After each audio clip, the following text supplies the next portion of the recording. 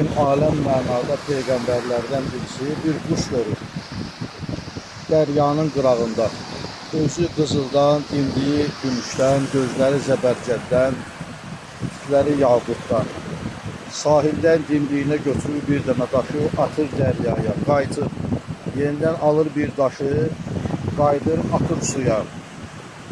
Bu minvalla təkrarlayır. Bunu görən zamanənin peyğəmbəri Allahdan sual edir.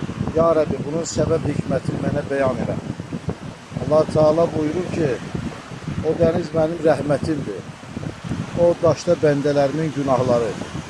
Bəndələr nə qədər günahlar eləsələr də, mənim rəhmətimi doldura bilməzlər. Qarşısını kəsə bilməzlər.